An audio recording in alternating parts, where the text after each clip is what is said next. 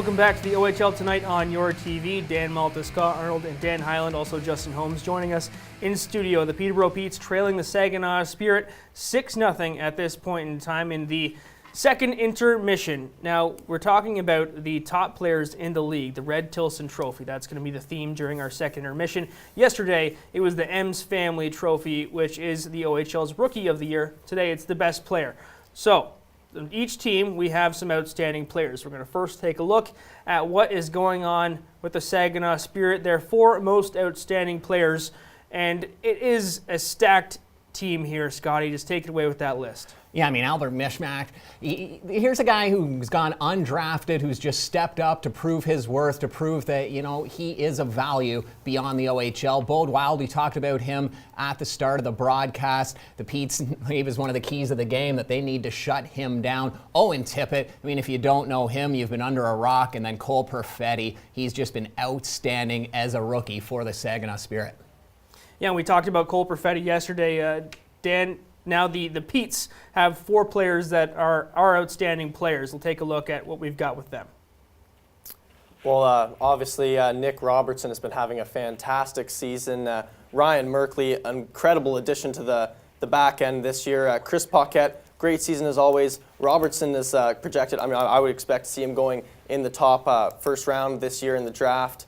And Merkley obviously got picked by San Jose last year, so they've got some quality players here, some young guys, and Robertson has been phenomenal as always. Not the biggest of guys, but he's a great puck mover, and him and Merkley have found some incredible chemistry together. And obviously, you can't forget to mention Hunter Jones, who's coming up this year in the draft as well. As they were talking about, not a lot of goalies coming up this year in the draft, so Jones is going to be a nice guy for potentially there going in the draft this coming year. Yeah, Hunter Jones, one of the top-ranked North American skaters in terms of goalies. Now, the top 10 leading scorers in the OHL, where we'll see our candidates for the Red Tilson Award, and really these are some players who are just having amazing years. To top things off at the top of the list as we look at the top 10 is Morgan Frost. He's got 107 points at this moment in time, but Scotty and Dan, take it away, guys. Your thoughts, who stands out on that list? For me, I love the look of Jason Robertson. He's had just a fantastic season, starting out with the Kingston Frontenacs and then coming over to the Niagara Ice Dogs. Obviously, Morgan Frost has been fantastic too, but Jason Robertson, he had 23 goals in 24 games on the lowest scoring team in the league. So just incredible goal scoring talent. And since he's come over to the Niagara Ice Dogs, 44 assists in just 31 games, totaling 63 points. He has tied for the lead with the longest point streak at 19 games, getting 39 points in that stretch. And he holds the next longest, 18 games, with a 42 points in that stretch. Only 7 games this season has he been held off the score sheet, including last game he had, and only 2 since coming over to the Niagara Ice Dogs, which is just unbelievable to me. You can tell here he is. He's a guy who's got great scoring talent, but coming over and playing with some guys with a little more scoring ability around him, he's really upped his assist game as he's gone from more of a goal scorer's role to an assist role. But to me, he's really come into his own, and he's done fantastically. So that's why he's my Red Tilson player of the year for me. And Scotty, we'll get your pick now for this award, and it is a prestigious award, so pick carefully. Yeah, and it's interesting that the first pick we have here is a guy who has split his time between 2 different teams this season. Well, for my guy, it's the same situation. Kevin Hancock started off this season with the Owen Sound Attack before being moved to London on January 4th when he played his first game with the Knights. He just picked up his 100th point on Friday with his 50th goal of the season, followed that up with his 101st point last night, which was also his 21st birthday. As I mentioned, started the season with Owen Sound, scoring 31 of his 50 goals with the Attack, notching 62 points in 37 games before being dealt. Owen Sound was 6-4 in their last 10 games with Hancock. They fell to 3-7 in their first 10 games without him. Since being dealt to London in January, he's got 19 goals and 39 points in 27 games. He's 3rd in the league in goals, 3rd in power play goals, and 2nd in points. And he also makes the guys around him better. His line mates have had better point production since he has been added to the London Knights. My vote for most outstanding player of the year, it's got to be Kevin Hancock. So yesterday, when we were talking about Rookie of the Year, the guy at the top of the list in terms of scoring was Cole Perfetti. For me, that's going to be the telling tale again.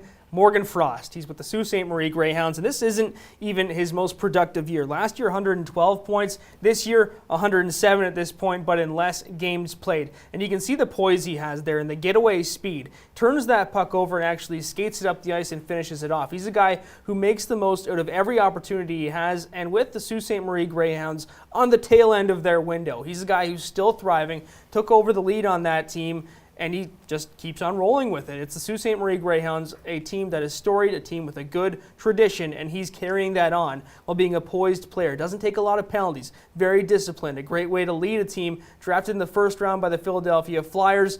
So there's a reason he's talented. Everybody sees it, and again, there's a look at that speed, rushing in and finishing a play. That's what you really need as a centerman. He's got the hands to make plays. He's got the senses and where to put the puck. Morgan Frost is my pick for Most Outstanding Player, the Red Tilson Trophy. Now, there have been some notable winners of this trophy, obviously. We'll take a look back at the past 10 winners of the Red Tilson Award, and it's the who's who of OHL players. An impressive list, the top 10. Jordan Kyrou actually won it last year for the Sarnia Sting. And that's something because he had to overtake Morgan Frost, who finished the season with 112 points. And then you go down at Alex DeBrincat, lighting things up with the Chicago Blackhawks now in his second season, not his first full season with the Chicago Blackhawks. Mitch Marner, Connor McDavid, Connor Brown, a couple of Leafs in there. But guys, again, pick out some names, and what do you see, Scotty? Yeah, I mean, you just mentioned all the stars that we know of. Tyler Seguin on there as well. But one of the big differences is a lot of these guys, unlike the Rookie of the Year that we saw yesterday, a lot of these guys didn't go on to storied NHL careers. I mean, there's a few names up there that are going to go in the record books as some of the best players in the NHL, but there's a few names on there who sort of fizzled out. So a big difference between the Rookie of the Year and that Most Outstanding Player in terms of what happens with your career after. Well, I gotta go with my favorite player, Mitch Marner, on that list.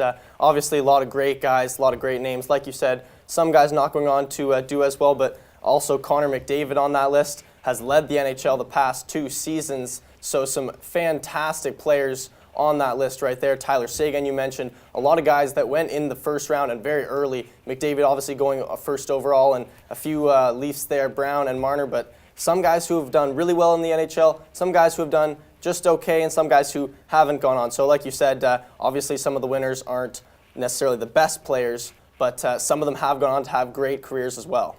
Yeah, and something I really like about this trophy, it's the MOP versus MVP, and that's what the CFL does, Most Outstanding Player versus Most Valuable Player. I think it really changes the conversation versus a context and what you're doing with your team. You look to the NHL this year, you'd say Connor McDavid is the MVP of his team and the most outstanding player in the league probably, but his team's not going anywhere, so he's not going to get that trophy because his team didn't do enough to do it. So Most Outstanding Player, I think, is the way to award this if you're going to give away a trophy like the Hart Trophy, but that's all opinion-based, and it's not going to change in the NHL. There have been some guys. We talk about not everybody going on to storied NHL careers. Now we've got a list of the top 10 storied NHL careers coming out of past Red Tilson winners. And this is an interesting list. This is going all the way back to the 50s, and I think my favorite one on the top, Stan Mikita, playing with St. Catharines, Glenn Hall with Windsor, Gilbert Perreault with Montreal in the OHL at that time, Frank Mahovlich with, I'm forgetting what the STM is standing for, actually St. Mary's, the St. Mike's Majors, sorry, and George Armstrong with Stratford. So going way back, these are some legends of the game. Yeah, there's some great names on there for sure. Like you said, Mikita right at the top, and then Peterborough boy Corey Perry right at the bottom. So I know a lot of our viewers are familiar with that name there, a London Knights superstar. He went on to pretty much win every single award, individual and team award, that you could possibly hoist.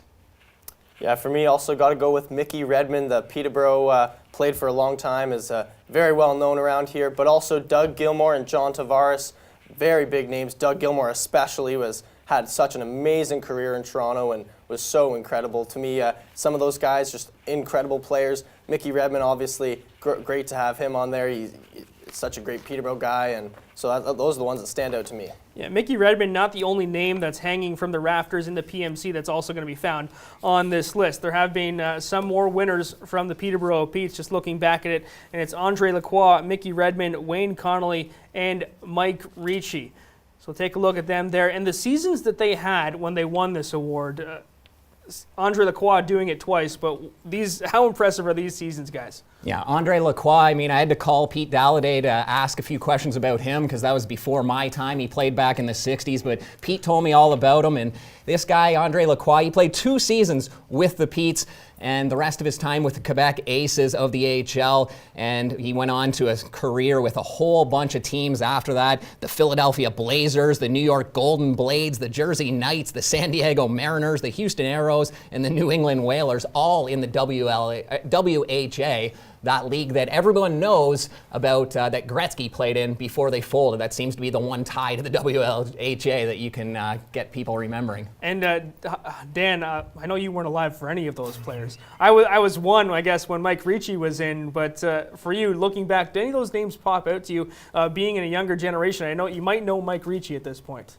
Obviously, being the last guy to win it, know the name a little bit, but the one that stands out, obviously, being Mickey Redmond, playing in the PMC a fair bit for myself, seeing his name up there mostly. Andre Lacroix, just heard of him, but the only guy to win 2 as a Peterborough Pete, but Ricci being the last winner stands out, and Redmond for sure would be the most notable name for me, obviously, as I see him up there all the time and get to know that name pretty well. Yeah, a great reason why they have the banners hanging in the arenas is so that goes on. Looking back at this list, it's a lot of guys that you might not think about, but Andre Lacroix also one of the only multi-winners of this award, and that can mean a few different things. You're winning best player in the OHL. He joins Alan McCauley, Corey Locke, and George Armstrong. So varied list, and you look at Corey Locke. He was a star in the OHL, didn't amount to too much at the next level. Alan McCauley, same deal.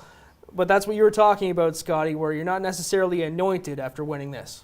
Yeah, and a lot of times we see an overage player or a guy who's kind of at the tail end of his career, and I'm not saying he's getting a courtesy nod for the Most Outstanding Player award, but a lot of times it goes to a guy, not to thank him for his 5 years in the OHL, but they tend to light it up a bit more later on. They're a little more experienced, and I find that those guys sort of win that award, where the Rookie of the Year, guys are only in the league for 1 or 2 years, and they're going to go on to make a huge impact after that, whereas some of these guys have been in the league for 4 or 5 years, and it's just a little different than winning the Rookie of the Year.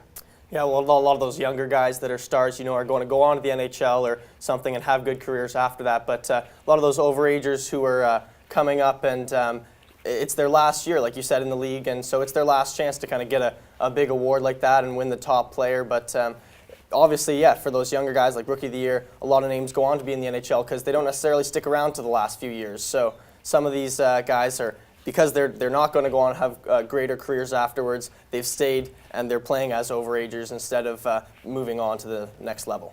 Jason Robertson, Kevin Hancock, and Morgan Frost, the 3 top picks in our mind for the OHL's Most Outstanding Player, the Red Tilson Award. Stick around on the other side of the break. Justin Holmes is going to take us around the league with a scores update. You're watching the OHL Tonight on Your TV from the Your TV production studios on Goodfellow Road in Peterborough.